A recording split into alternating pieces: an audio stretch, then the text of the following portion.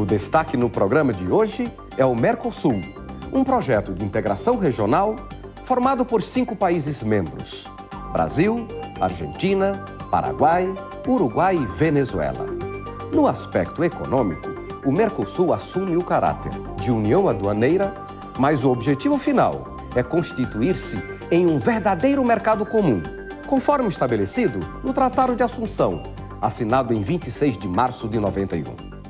É preciso ter presente que o Mercosul, que é tido como um exercício de livre comércio, um projeto de livre comércio, ele na verdade não tem livre comércio, tem livre comércio residual. Porque do total do comércio que se faz dentro da região, uma parcela, como eu digo, residual, corresponde a produtos que normalmente são comercializados em termos de livre concorrência ou em termos próximos à livre concorrência. Razões ou explicações para isso que eu estou afirmando. Açúcar não faz parte do Mercosul, por exemplo. Álcool não faz parte do Mercosul, por exemplo. Indústria automotiva não faz parte do Mercosul. O automóvel não faz parte porque isso antecede o Mercosul, o chamado acordo automotivo. Tanto com o Uruguai quanto com a Argentina já há esse acordo entre as montadoras, que foi homologado.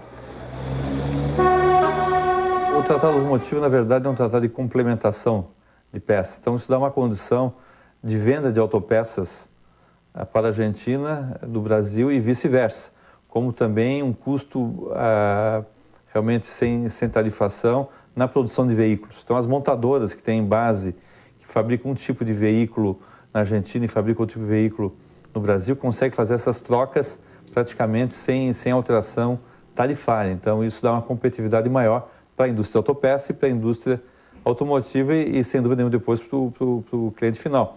E para esses mercados, isso é preciso ter presente, quase a totalidade das nossas exportações se faz com tarifa zero. E esse é um dado muito relevante, é um dado muito importante, porque evidentemente que uma tarifa mais elevada compromete a competitividade do produto no mercado ao qual ele se destina. Se essa exportação se faz com tarifa zero, o preço é como se fosse o preço do produto vendido aqui no Brasil. Porque o Mercosul tem acordos, seja entre os próprios países do Mercosul, seja deles com os outros países da América do Sul, que fazem com que hoje 77% das exportações do Brasil para a região se façam a 0% de tarifa. E isso pode ser feito em operações em moeda local, não em dólar. Então isso ajuda a se livrar um pouco da questão do câmbio internacional. A gente pode fazer negociação em real ou em pesos, né, sem fazer a conversão para o dólar. Isso é uma legislação já na prática do Mercosul. Mas não estão fazendo livre comércio, porque as decisões de importar e de exportar respondem a considerações de natureza corporativa mundial.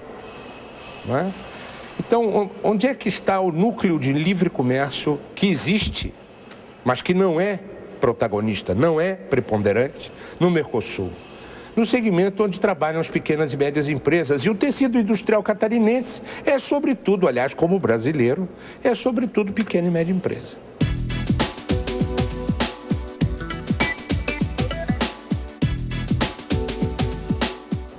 Então, as pequenas e médias empresas, os pequenos e médios empresários, né, é que devem continuar pelejando pelo livre comércio, né, demandando, sim, medidas de liberalização comercial que, em geral, são não tarifárias, porque, como eu disse, as tarifárias já não existem mais. Já estamos comercializando a 100% de preferência tarifária, com zero de tarifa, há muito tempo, no âmbito do Mercosul e até mesmo no âmbito da ANAD. Mas sempre existem modos e maneiras, aliás, o comércio internacional como um todo, a própria OMC, luta permanentemente contra isso. O próprio G20 fez numa das suas últimas reuniões, assumiu um compromisso público, e lá estava o Brasil, estava também a Argentina e estavam os países pós-industrializados, no sentido de evitar medidas protecionistas. O que é hoje medidas protecionistas? Medidas protecionistas hoje são medidas de proteção ao mercado não tarifárias, a grande maioria. porque tarifário não pode mais.